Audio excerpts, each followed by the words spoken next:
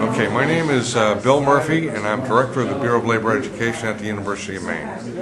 I'm a strong supporter of the Employee Free Choice Act because this legislation is greatly needed for correcting the deficiencies which presently exist in the National Labor Relations Act. Willful violations on the part of employers that have largely gone unchecked by a National Labor Relations Board responsible for enforcing this law that barely enforces it, and all too often ignores and allows these kinds of violations to continue. And even the law itself is weak in this area, because even if workers are upheld by filing an unfair labor practice for employer violations, the penalty is almost meaningless. It's a cease and desist order, and that's it, after months or over years of litigation to even get that. So this all gave rise to the need for the Employee Free Choice Act. And let me cite some other specific examples of how grossly violated this law has become.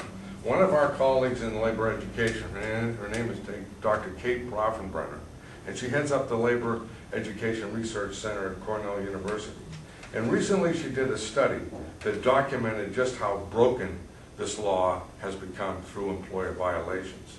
And she essentially reviewed national data compiled by the National Labor Relations Board concerning union election campaigns and what has happened.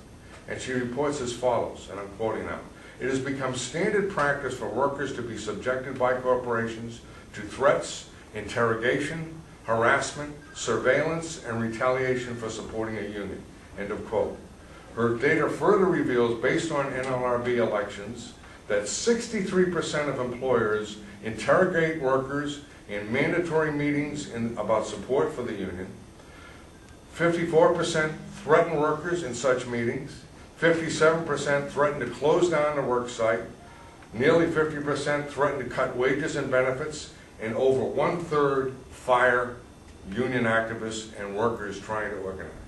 Now think what kind of a message that kind of employer violations convey to workers who are legitimately trying to exercise their democratic right to organize on the job, which is supposed to be guaranteed by law, and it isn't.